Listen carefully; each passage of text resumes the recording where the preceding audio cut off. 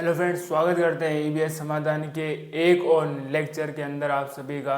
और जो हमारे जो चल रहा था केमिस्ट्री के अंदर सेमेस्टर सेकंड चल रहा था, सेमेस्टर सेकंड की अगर बात करें तो पेपर फर्स्ट हम कर रहे थे, जिसके अंतर्गत हमने 4 यूनिट्स कवर कर ली है। और 4 यूनिट कौन सी थी?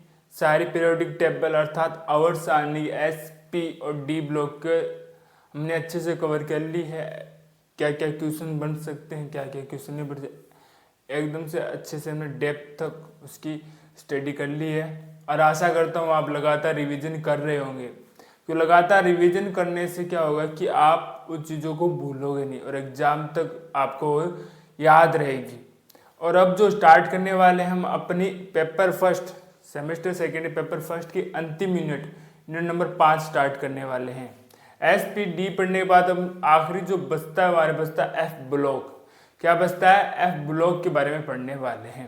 एफ ब्लॉक को भी 2 भागों में विभाजित किया गया है, एक तो लेथेनाइड और एक क्या एक्टिनाइड। और डी ब्लॉक मैंने जब स्टार्ट करवाया था आपको तो मैंने कहा था कि लेथेनाइड और एक्टिनाइड होते क्या हैं। ठीक है, अब देखते हैं इसके अंदर सिलेबस के अंदर क्या क्या हमें टॉपिक्स पढ़ने को मिलते हैं। पहले आ जाता है इलेक्ट्रॉनिक विन्यास।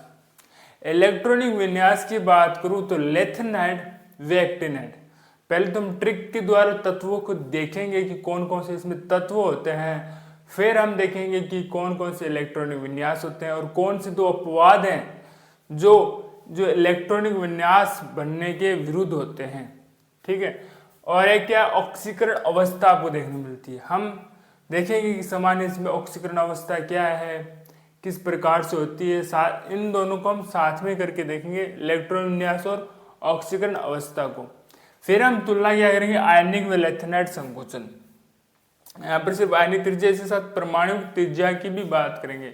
बिना परमाणु त्रिज्या के आप आयनिक त्रिज्याओं की बात नहीं कर सकते। तो आयनिक तथा परमाणु त्रिज्या की बात करेंगे। फिर लेथेनाइड संकुचन का क्या कारण होता है, क्या होता है लेथेनाइड संकुचन, क्यों होता है, इसके बारे में चर्चाएं करेंगे। अच्छे क्वेश्चन बनते हैं, सिंपल सा क्वेश्चन है। 12th क्लास में आपने इन चीजों को बहुत अच्छे से समझा होगा, नहीं समझा तो हम फिर से आपको एक एक चीज बताने का प्रयास करेंगे इस यूनिट के अंदर। फिर संकुलों का निर्माण, यहाँ तक मेरे हिसाब से आपने 12th क्लास में 12th से जो आगे की जो बातें हैं वो चैप्टर के अंदर और हैं।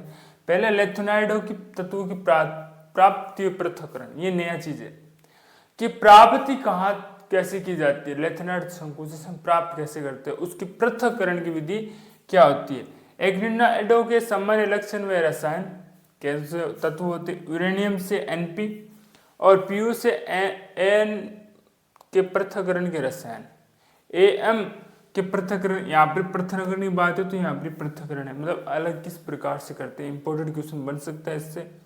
और लेथेनाइड की बाद में आने वाले तत्व, एक्टिनाइड की बाद आने वाले तत्वों में समानता क्या है। लेथेनाइड व एक्टिनाइड के जो तत्व है उनमें समानताएं क्या होती है। ठीक है, उन समानताओं की ही बात करेंगे। और इस चैप्टर यूनिट का नाम क्या है? एफ ब्लॉक के तत्वों के रसायन।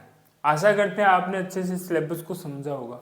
एक एक मूल बिंदु इसके कवर करेंगे। जिस प्रकार से हमने S block, P block, D block किया था, इस प्रकार से हम ब्लॉक को आसानी से समझकर प्रयास करेंगे, एक चीज़ों को कवर करेंगे। ठीक है, आशा करते हैं आज जो सिलेबस का था इंट्रोडक्शन था ब्लॉक का, अच्छे से आपको समझ में आया होगा। मिलते हैं आपको एक और नए लेक्चर में। धन्यवाद।